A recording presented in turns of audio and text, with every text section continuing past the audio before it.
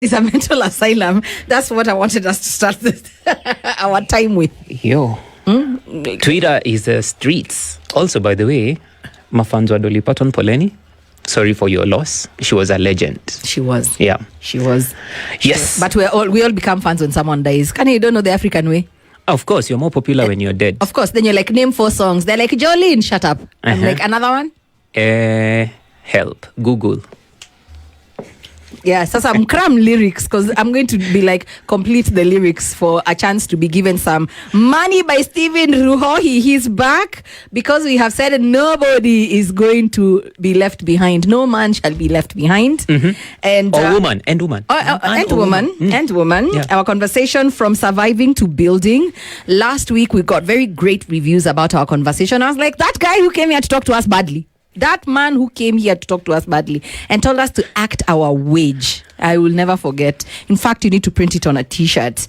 And Stephen Ruhohi is a senior manager, growth and marketing, Kenya and expansion markets at Tala. But he's here in his personal capacity to just help us have this conversation. The link between financial well-being, credit, and entrepreneurship in Kenya. We sent you to go and do a deep dive so that you can come and help us, to have conversations around how to own property, where to invest. Everybody's putting money in property. We have these ugly skyscrapers. They all look the same. Beacon to beacon, zimejengwa, underground parking, musty, and just... Are we all putting our money in real estate in Nairobi or outside Nairobi? I've seen off plans at the coast that's also growing, but at the same time, there's the money markets. Money markets. So, are we playing in the stock exchange? What does that look like? What is that? In layman's language, because you're our money guy and. Yeah, I don't know if I asked a question. I'm sorry if I did not, but I'm assuming you are going to lead us and guide us appropriately, Stephen. Awesome. First of all, Yolanda, thank you for having me. Always. You'll come back another Wednesday if I will still be alive. It's Such a pleasure. The task we have to do needs you to be alive. So hang in there. We're going to do this. I love it. Yes. And by the way, first of all, can you just start by saying... all the things we're discussing, no one's holier than thou. We have all made mistakes. We are all cleaning up our mistakes. Maybe that's why we are wiser than our ears, because we failed and we've learned and we're like, you don't have to reinvent the wheel. I love that as a starting point, that you've not come to judge anyone. No. You are not better than anyone. None of us is. We are in this together. We're in this together. And by the way, maybe we know because we say we fail, then we fail forward, then we fail faster until we get better. I love that. And then Yolanda, guys, has told me we are going there again. So please, guys, buckle up. This is going to be another fun one. May I have my Maji here in case you talk to us crazy again? I have my water, my H2O. I hope Ashley is going to some water in the studio. Yeah. You'll have yours in case you insult us, ukitongalisha vibaya, and then you accidentally choke. Even your water is coming. Very nice. I thought you knew me water so I can keep quiet. No. I'm not that girl. I'm a good girl. Hey. Stephen, I'm a good girl. But Kabisa. talk to us. Also, hot shoes, eh? You should see the shoes she's wearing. Merci beaucoup. The shoe game is strong. But I regretted as soon as I told you my poison. We talked about everybody. Your thing. My thing is shoes. Yes. Like, I'm not going to care about how much a pair of shoes costs. Like, I will go there. I'll go there with my salary. It's not too much, by the way. It can surprise you. It can all go in a pair of shoes. I love it. So let me start by reframing with where you are at. Yes. You don't say, I can't afford it. You tell your brain, how can I afford it? So when you tell your brain, I can't afford it, your brain stops finding your solution. We have a supercomputer between our ears. I love that. So when you ask, how can I afford it? Even if you don't get an answer immediately, your brain is left to go in the background solutioning. You're sleeping, you're driving, go in the background. Imagine you always find a solution. So those shoes, how do I afford them? Not I can't afford them. There's these Christian Louboutins, but continue. Oh, yes. Okay. I wonder how I'm going to afford it without that phrase, ni God Monzi. Like, for real. Yes, sour. So, I know you asked, last time we talked about surviving, getting or managing, rebuilding from debt. Yes. Let me do a very quick recap. Also, let me start with violence. Remember what we say. An emergency is going to come whether you are ready or you are not. So you're either prepared or you are not. And for many people, unfortunately, learning happens during a crisis. So you wait for the crisis to teach you how to manage another crisis. Versus learning from people's experiences, so you start building that muscle, and the crisis comes, it doesn't become an earth-ending, what do you call it, a life-ending event. Yes. So it's not tuition when you have to lose everything, then start from scratch. If the cost of tuition becomes your life falling apart in real time, that's not tuition, that's ambush. And the whole point of the day is to try and avoid that ambush. Yes. Remember, you're saying how all our stories, the times you have failed, if you knew better, you could have done something. So let's recap from last week. We said, hey, first of all, have a minimum of 1 month of emergency money between you and life. Just give yourself a buffer. Simplify: food, shelter, clothing, and the ability to get yourself to a place of work. We even added in the insurance, even the one for 200 bob a month. It is something. Yes. So do that. Then we said, hey, you have to stop borrowing for consumption. Remember, we're trying to dig ourselves out of a hole. Yes. If we're trying to get out and you keep digging the bottom, it's a zero-sum game. So you have to decide, enough is enough. I'm not borrowing again, especially if I'm borrowing to consume. Even for business, remember, these loans come with inherent risk. So as much as you're hoping, I'll start this biashara and then it will give me this much back and then I will pay it back, God knows what happens tomorrow, right? Yeah. Like, we can plan everything, plans of mice and men. Then tomorrow the world goes upside down, and then... Like COVID, for instance, There a you lot go. of us, and not just on an individual level, even institutions were caught flat-footed. Disaster management is not an inbuilt skill. Yeah? And then see what happens. Any life catches you off guard. You didn't know what was going on. You were just side-slammed. And that's why it becomes a crisis. Versus what we're saying now is, if another COVID comes, imagine we'll be ready. If it never comes, we'll be sour. But we have learned in this life, every so often something comes around, we best be prepared. True. Then we also said, pay off this bad debt, because it's going to follow you and it has interest. So it's like you're trying to run down a hill and then there's this massive snowball just chasing you down. It's going to take you out. So figure out how to pay that debt. Yeah. Then the last thing we said is create a budget, a realistic one, and then you stick to it. Now that we've recapped where we are coming from, before I answer where you're going, allow me to talk about psychology of money, because not the two of them happen together. Thank you. That's the genesis, you believe. How Everything- you view and Exactly. feel about money. And let me unpack that for you so you see why it makes sense to start from there. Yes. You mentioned about business. Do you know, I went and did some research. Do you guys remember in 2013, 2014?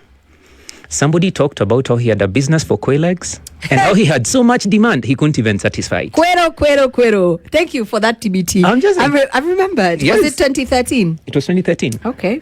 So a certain newspaper did a feature. They said there's more capacity, there's more demand than supply. Guess what?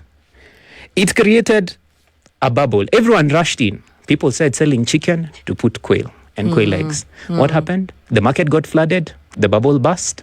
Everyone went bust, or most people went bust. You know, the funny thing is, the quail industry still makes you money, but also you can't be chasing after the herds.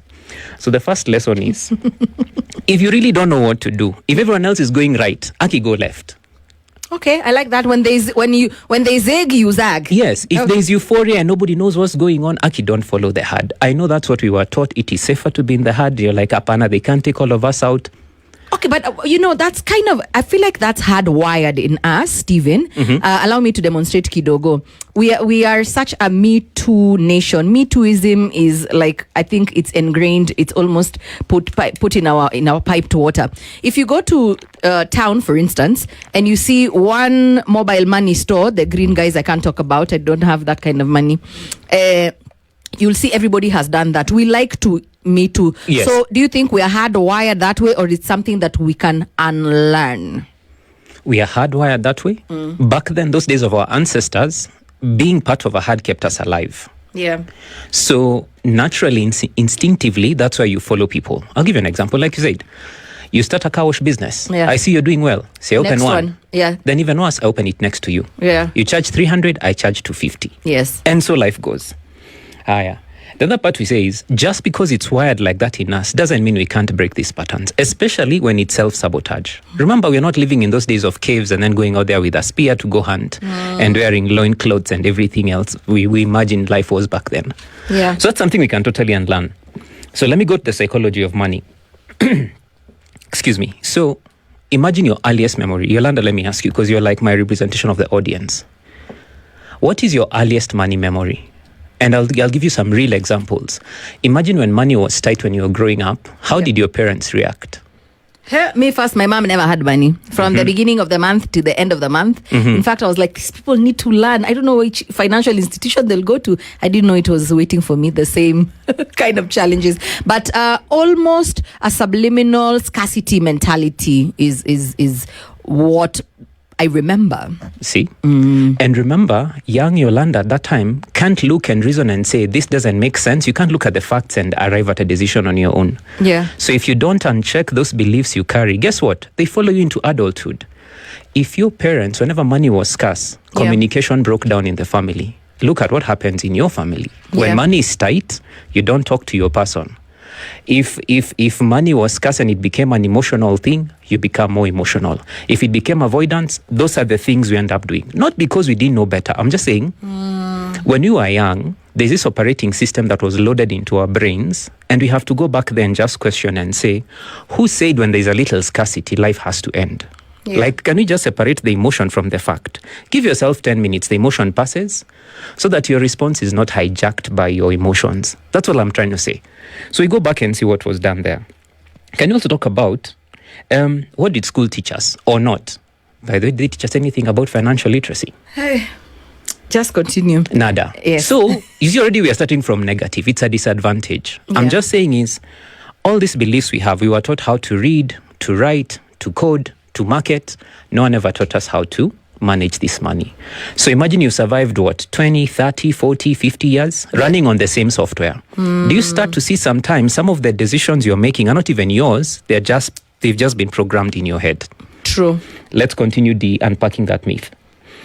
The other thing I'm going to say is, and this is something my friends always tell me, when I tell them I've invested in a money market fund, they're like, oh my God, Steve, those things are going to go down. Like, aren't you afraid of risk? What if? Yeah. And I'm like, yes, that's true.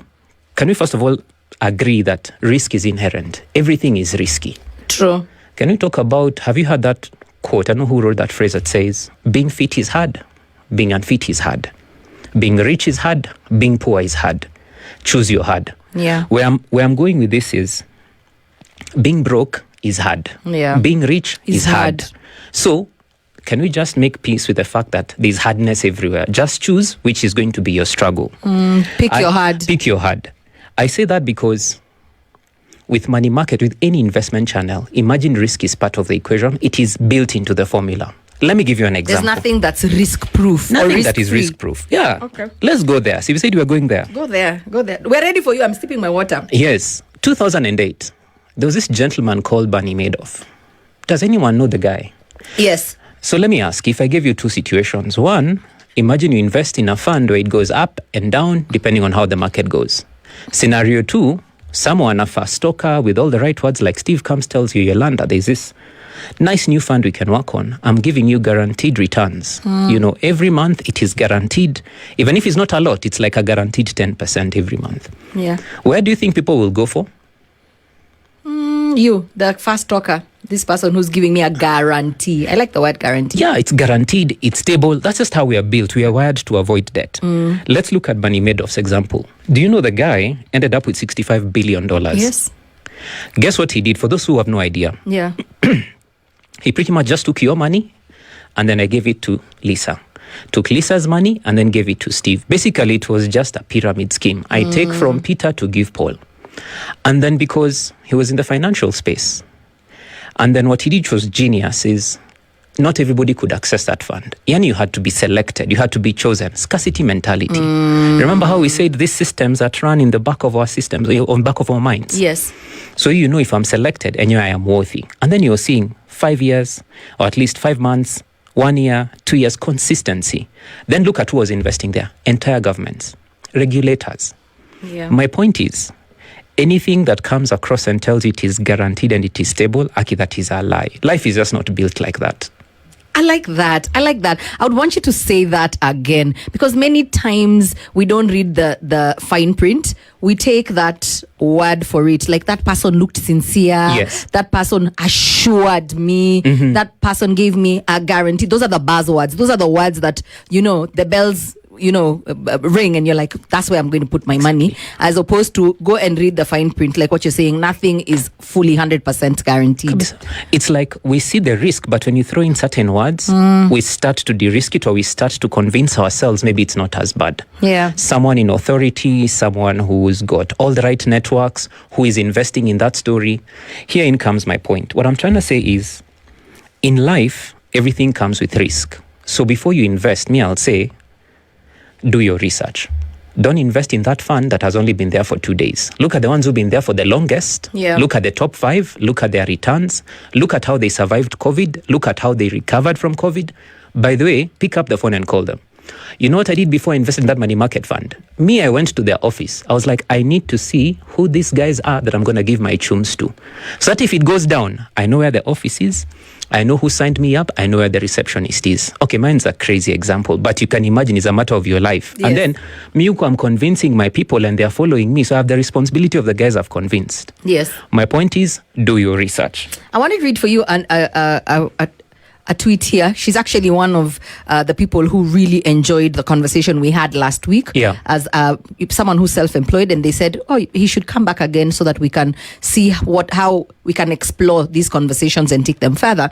So Sarah Sash says, he said scarcity mentality, and it reminded me the way we become broke after finishing school. You might think we were studying Bachelor of Poverty and Applied Suffering. Boom. Boom. Imagine, shout out to that. And I'm saying that, remember you're a supercomputer. Remember what I told, the opening line is, you don't say I can't afford it. You ask, how do I afford it? So who says you have to exit school and be broke? See, there are guys who in the US who create companies and they're like 20 something and they're going to be billionaires. Yes. Before Tal, I worked for Glovo. The guy who started Glovo is called Oscar. The guy was 22 when he started that company. Wow. Where do you think he is now? And it's all in the mind. Because remember that hard mentality? What do your parents say? God bless them because they love us, but they're like, Yolanda is a lawyer, so you must be a lawyer. That's where the money is at. Yes, this one is an architect, so you must be an architect. And they mean well, but they're also looking at, you also appraise yourself on the people around you. Yeah. But they said if you want to measure the intelligence of a person, look at his close 5 friends. Or if you want to know your net worth, look at your 5 people around you. Yeah. And that's the point. I'm doing a crazy examples, but I hope they shock you into seeing the point I'm trying to make. Yes, they are. Aki, if you follow the herd, you're going to just end up like the herd. And that is the reason why, and I say with humility, Aki, everyone, if you don't do anything about it, you will just be the same person who lived, worked an 8 to 5, got a mortgage. Yani, you will just be there, forgotten, but also you will not have lived your life. Do you think that's the safer bet? Like you look at the variables and then you're like, anyway, I eat, I drink, it's comfort. Do you think, because what you're trying to tell us is to get out of our comfort zone? Because many of us are just okay with just being okay. Like don't stir anything up, don't shake any tables. I'm comfortable. Because we said we are going there, let me give you 2 answers. Okay. First things first. You go through life with a cup knowing how much is enough. Because if you look at billionaires, they don't know how to stop chasing. Yani, you get 50 billion, you want 100. You get 100, you want to be a trillionaire. It's important in life to know how much is enough for you. And that is different for Yolanda than it is for Steve. Let's start with that. Having said that, however, you cannot minimize yourself, kill your potential and your dreams just because it is safe enough. I don't think you guys heard me. If you wake up in the morning and you have a dream, you have fire in your chest. When you were a kid, you used to dream these crazy dreams.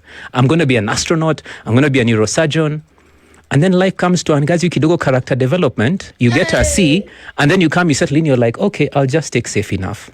Honestly, you die at 20, you're just buried at 70. That's not acceptable. I love that. You die at 20, you're buried at 70. Because everything else has been on automation, right? You just... like a drone, autopilot. Exactly. And let's even do this. If your dream is a simpler life, you haven't seen these guys on YouTube. They're doing back to farm. Someone buys a farm, they set up and they slow it down. I get that. I relate with slow intentional living. Yeah. But for me to say, I don't know, because my peers are struggling, this is as good as it gets, I kill my dream. Apana, not on my watch, guys. If you're one of those people, then please do what you want, but surely you owe yourself to at least try. And can we also say, These brands you're seeing displayed, the brands we love, you know, that was an idea in somebody's head. Imagine if they settled and said, this is good enough for me. You think we'd have them? We can actually talk about this. My producer can edit it because they've paid for it. These diapers are from Bidco Africa. Bidco Africa would have been comfortable with making mafuta. Yeah. They make mafuta. They now make dishwashing soap. But they said, no, we want to venture into another space. In fact, when we had one of the directors here, Sanchita, sing, I told her, this is so ambitious. Where do you get off? We've given you our kitchen. Now you want to go to different rooms in my house. And she said, Yolanda, you always have to keep exploring, pushing your boundaries, seeing what more you can do. If one day Bidco is making cars, I mean, why not? Which is what you're saying. Exactly. Why be comfortable? Exactly. When you don't have to be. Let me ask it another way. If your favorite company disappeared, does that mean you'll never buy detergent again? That's also another way of looking at it. I like that. Also, I was in FMCG. My career started at BAT, and you used to say, ideally, you want a customer, if they miss your brand, they go to the next shop or the next one. But realistically speaking, if the brand disappears, we stop consuming these things? Of course not. Look at the developed markets. How many brands of detergent do they have? Tons. Look at how many influencers the world has. Look at like US, for example. An influencer for every occasion and every season. And they still get an audience. You're saying content development is full. See, there are people, you go generate your own content. See, guys are saying side hustle. Can you talk about how you can start YouTube and start generating content and you can monetize your channel? That is money that comes to you. You're having fun and you're being paid. And it's passive income. Right. Like it doesn't take out of your 9 to 5 or whatever. Guys said ideas. Look for the thing that makes you alive. No, like you. Shoes. Just start doing reviews. Those Louboutins you said. Anyway, I digress. But see where I'm going with this. Yes. Like that I don't even need to have maybe capital, because sometimes, many times, what stops us, like for instance, I would want to have, passive and different sources of income that don't necessarily interfere with what I do. I don't work 9 to 5. I'm sorry. I'm about to hurt your feelings. My 5 hours work day. Yeah. You get, Stephen. So it's good to ask myself those questions, because I'm always, every time I'm thinking about maybe a side hustle, I'm like, okay, what am I good at? I'm an orator. I'm a storyteller. I'm the gift of the gap. I'm a speaker. How can I? Then I'm like, oh my God, another podcast. Like, is that the only route, out of my problems? Everyone has one. So I love that. In fact, one of my best friends is called Dwayne. Dwayne told me, how many TV stations are there? Don't you still watch the news? Like, what's your point? Because I was like, I'm not going to have a podcast. And he's like, maybe you're telling yourself that because, anyway, I'm going further. But I like what you're trying to say. Continue. And the thing is, imagine, bring your difference, bring your magic to this podcast. Like, don't copy. Don't be another 50th podcast that does exactly the same thing everyone's doing. Like, add your spice to it. See the guys who stand out. Be authentic. Be original. Look at tyrants. We don't have to like them, but you have to admire how they had the guts and they stood for something. And when you believe in something, imagine the world follows, the world adjusts. Back to what you're saying, that side hustle. Let's say the guys who are listening is our people of working class. If you're an accountant, every June, so we have to file our returns. Yep. So you just start like a consultancy like this, you just collect those two small, just charge Yolanda and Steve small money to file their returns and you make money. This is something you can do in 2 seconds. You like nails is your thing. Yeah. See, you go train people, you deploy ladies to come and do nails in your house on a Saturday. Or look at every estate. Kids have to get their hair cut. I have to get my hair cut. You have to get your dreads. What's the word? My sister locks. Yes, your sister locks. Retied. That one. Yeah, they have to be retied. Someone has to do it. And who says you have to go and queue for 2 hours? See, you find someone, send them to somebody's house. I'm just saying, start with what you have. There's a message that has come here I need to read for you. Tina Masese says via Facebook, don't follow the hard, only works in World War Z, right? I'm a walking dead. Aki, there should be a financial literacy class for Gumbaru by force. This is so relatable. 100%. What you're saying. And because I hope, by the way, first of all, can we say, she's also another business owner. Yeah. I told you, may I speak to work folk? I'm the only broke person in the room. Oh, I used to be. Thanks. Sorry, Steve. Before you tell me, I used to be. Yeah. I used to be. Teresa Omboka says they're tuned in from Madare North. They're also, they're listening. Just go ahead. Shout out. I think today you're talking to us. You're Imagine. speaking to, even the last time you did speak to us. So Yeah, shout out to you guys, first of all, for even having the courage to get up every day and do it. I know business is not easy. You guys chose your hard. You know, there are guys who have amuad. Me, I'd rather make 50,000 shillings a month, but I work for myself, than make a meter working for someone else. It can't be easy. Can I also just say, to give you guys some kidogo encouragement, look at the top 100 richest people in the world. How many of them are collecting a paycheck? How many of them are working for someone else?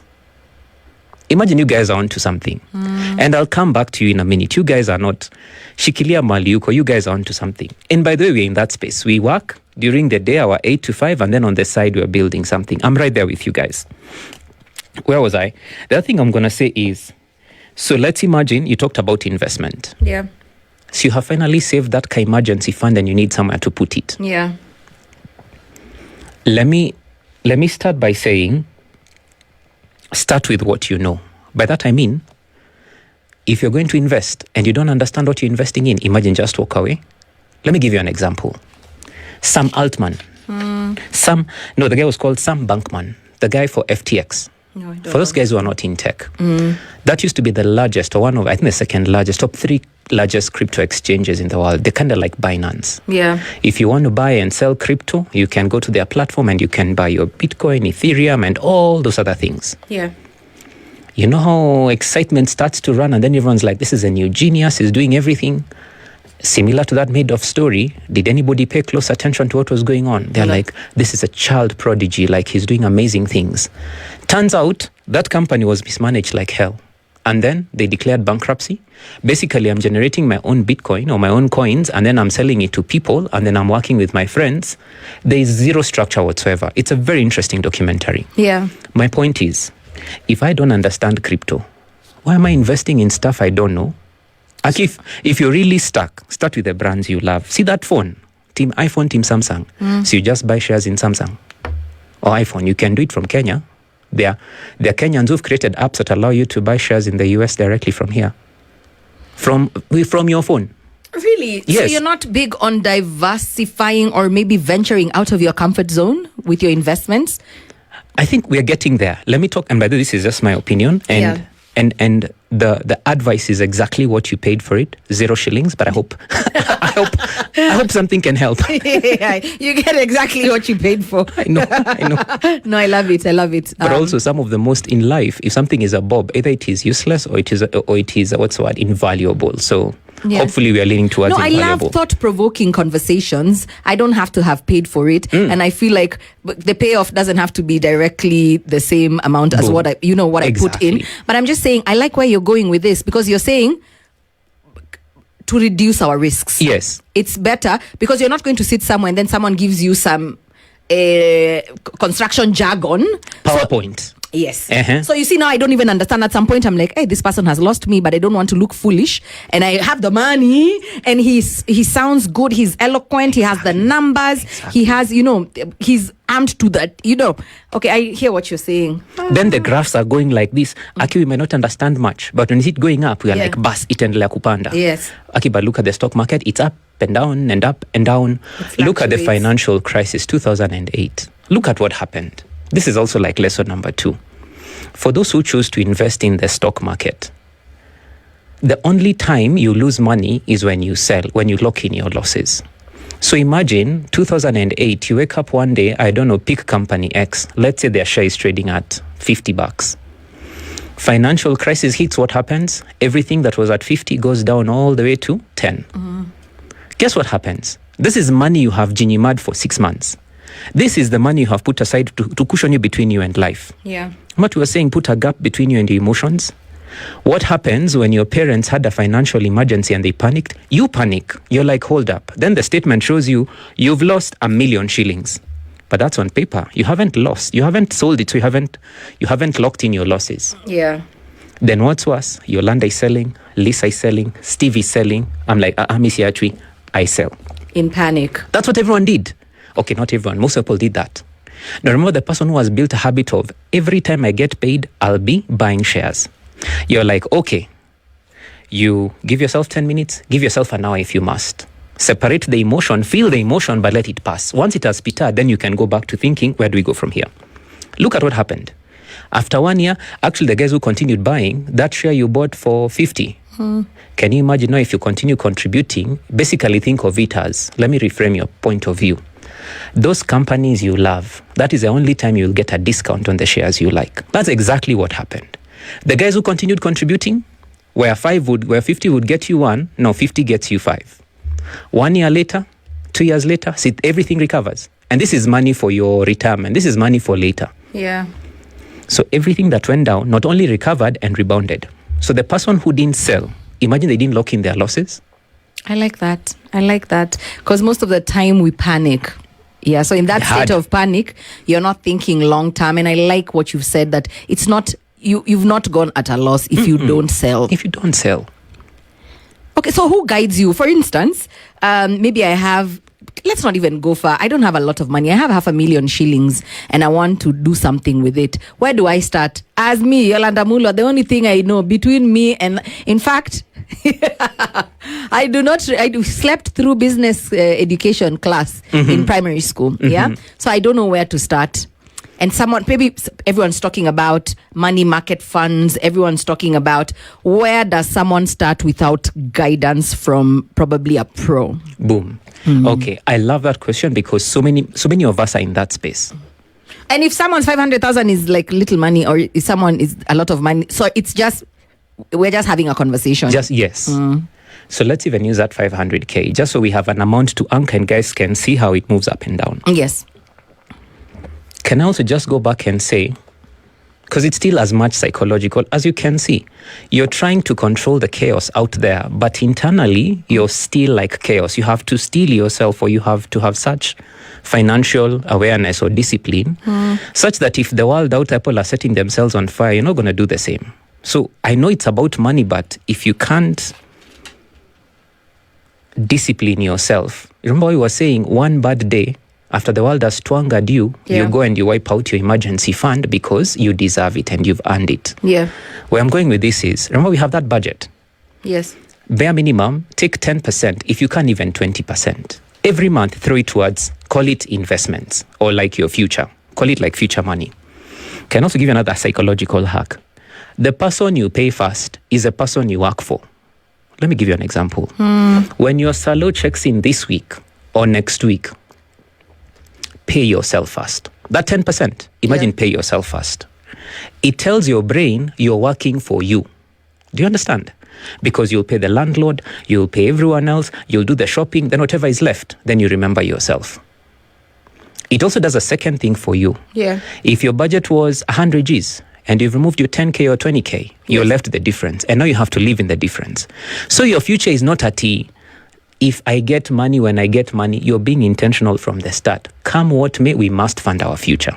Tumelewana. Like, pay yourself first. It is as much psychological as it is. You're like, but I'm not a business owner. For me, 10% is 500. Well, 500 Bob we talked about. You have paid yourself. 500 today is not 500 tomorrow. True. So you have that money you have put aside. So hopefully some money has backed. Yeah. What I would do is, remember you went to school and you were empowered. You were taught how to read and to write. Yes. When guys come at you with good English or big English and examples and all these things, if you haven't done your homework, everything sounds good. So you take what they're saying, then you go critique, you go look for evidence. You just go critique that argument. By that I mean, go and do your research. If I want to start a business for quail eggs, say just go check, Abu. How much is a quail egg versus a chicken egg? What about supply? What about the market? Like, should I look for a quail farmer? Because last week you told us that we need to have somebody who not only inspires us, but someone who can check us, course correct when we are getting off course, and someone who has made it, or is very good with their money, who can be, what did you call them? I forgot what you called them. There's a phrase you used like a mentor. Like a mentor, like a financial mentor. Yeah. So me, I have 500,000. So I'm supposed to go and sit to this mentor and tell them, if you had 500,000 shillings, where would you put it? No. First things first, do your own research. Come to me with 500,000. Me, I'll give you my ideas, not what you want. Sio? Yes. Higher. So go do research, and you're like, by the way, this quail business makes sense, but maybe not now. Maybe something like chicken makes more sense, or kienyeji. Let's say you want to set up a hardware. You start doing research. The block you're on, there are 6 other hardware shops. A 7th won't make a difference. Versus across the road on the other part of town, there is no one. And then suddenly you see, you're just understanding what's the opportunity out there. Yeah. Where this other person who's doing what you're doing, go pay them a visit, go see how this system of theirs is working. See, someone says they're a farmer.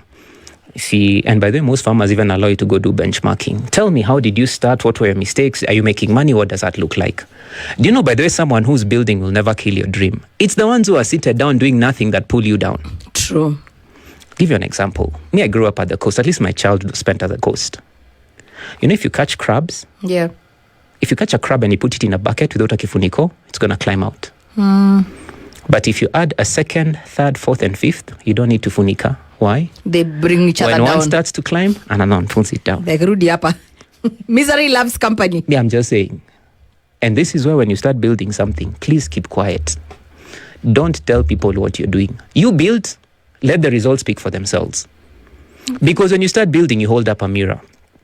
I will say, hey, Yolanda, you know it's risky, but what I'm saying is, anyway, if Yolanda can do it, it means I can do it. I've chosen not to do it. So I'm projecting my insecurities on you, and I'm telling you, people are failing. And what's worse, these are our friends and our family, so they have access. So their words land with impact. So when you hear it, imagine you believe it.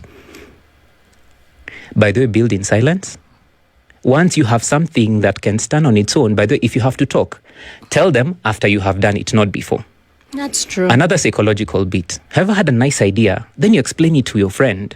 Then you're like, after you're done, you're like the moto azishad. It's suddenly not a good idea, but it was a good idea to Before. you. If your friend is even supporting and they're like, go for it, you can do this. There's how the mind works is before you create something, when you have that idea and you're inspired and you're researching it, it builds that fire inside of you. Yeah. When you tell it to someone, your mind rewards you with there's a hit of dopamine. Just tell you, well done. So it gives you the feeling you would feel as if you have created the business when in actuality you've done nothing. So as you talk about it, the fire you need to build that business is uko ishaishaing. And what's worse, if Steve has the capital and God knows he moves fast, 2 months, you'll pass by your house, you'll be like, I told that person that idea. and he did it. Another reason why you shouldn't tell people. I'm not saying the right people. So I know I'm going round and round, but let me come back to where you are. Yeah. Haya. Please, if you're building, and for our businessman, our business people, let me give you some kidogo encouragement. Expect resistance.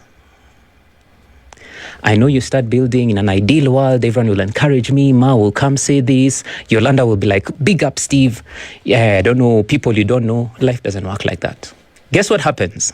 When you start to build, so you're holding up a mirror for us.